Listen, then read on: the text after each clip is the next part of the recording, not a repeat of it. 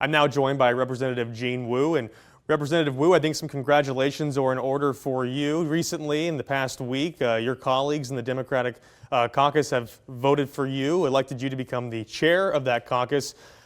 Congratulations on that move here. And just talk to me about, what made you want to run for that position? Well, thank you very much. And look, I think membership wanted to work on new things and go in a new direction. And I think the biggest thing that we're trying to do is we're trying to get our messaging out to the people more effectively, to let them know that Democrats are here to ask the questions that they've been asking. Like, why can't Texans get ahead? Hmm. What kind of tactics are you using to get that message out there more clear and reaching more Texans? No, I think the big things are just to be consistent in our messaging and to actually go talk about the things that Texans care about. And people all over the state have been asking our members, like the stock market is as high as it's ever been. Companies are making record profit year after year. The billionaires out there have quadrupled their wealth. What happened to us? What happened to all of us who work like 60, 70 hours a week, just grinding ourselves away? Where's our success? How are we moving forward? And every single day, all people talk about are, hey, my wages haven't changed in years, but my insurance is going up, my food cost is going up, everything's going up except us. Mm-hmm. Well, you and your colleagues, you're hearing what Texans are saying. We have a session coming up here in a month. So break down the priorities that the Democratic caucus is looking to tackle this upcoming session. Look, I mean, again, Democrats have the exact same questions that Texans have. Texans all over the state are asking the same thing. When are we going to have a minimum wage increase? When are we going to make insurance cheaper? When are we going to make housing cheaper? When are we going to make food cheaper? When are we going to do all these things that are just slowly strangling Texans across the board? Do you, in your conversations, with the new members coming in, old members coming in, on the other side of the aisle, the Republicans in the House, are they saying the same things? Are you guys finding common ground on, hey, these same questions we need to ask and see if we can do something about it? Look, and I can't speak for the Republicans, but I know that their politics has been dominated by just the ultra right wing. People who don't care about what happens to the working class of the state, people who just care about the culture wars, who want to ban books, who want to hurt trans kids, who want to do all these things that don't move us forward. But I know there are good Republicans who do care about those, who see that their rural communities are dying, see that their schools are underfunded, see their hospitals close month after month, and they know what's coming for them. Yeah. And we want to say to them, look, you have an R behind your name, we have a D behind our name, but our people are the same. Poor people are poor people. The working class are the working class. We need to stick together. What unites us, there's more that unites us than divides us. And we can't, like, those little red meat social issues or those cultural issues, culture war issues.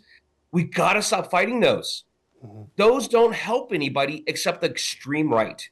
Let's work together to make Texas a better place for all people. Let's work together to make sure that we increase wages, that we reduce housing costs, we reduce food costs, and all these things that are just slowly just killing us.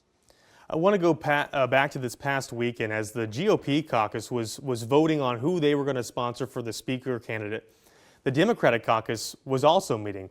Take us into that. What kind of conversations were you and your colleagues in the Democratic caucus having as on the other side of the aisle, the Republicans, it seems like there's a split right now in who to support for candidacy?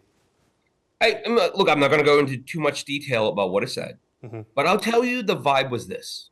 The vibe was, who is going to help us make sure the Texans know that we stand with them?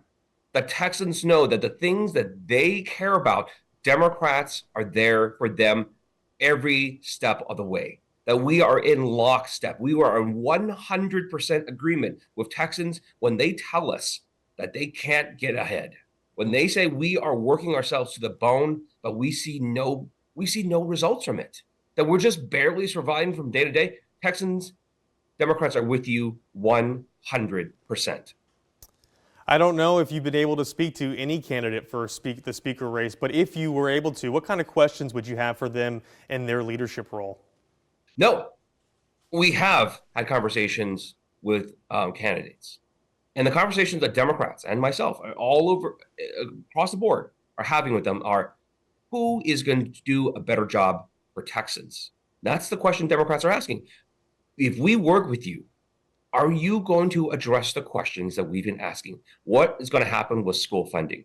Are you going to save rural hospitals? Are you going to fix the things that we need to fix in our lives? Are you going to make housing cheaper? How are you going to make housing cheaper? What are you going to do to pay teachers more? What are you going to do to protect all the things that we care about?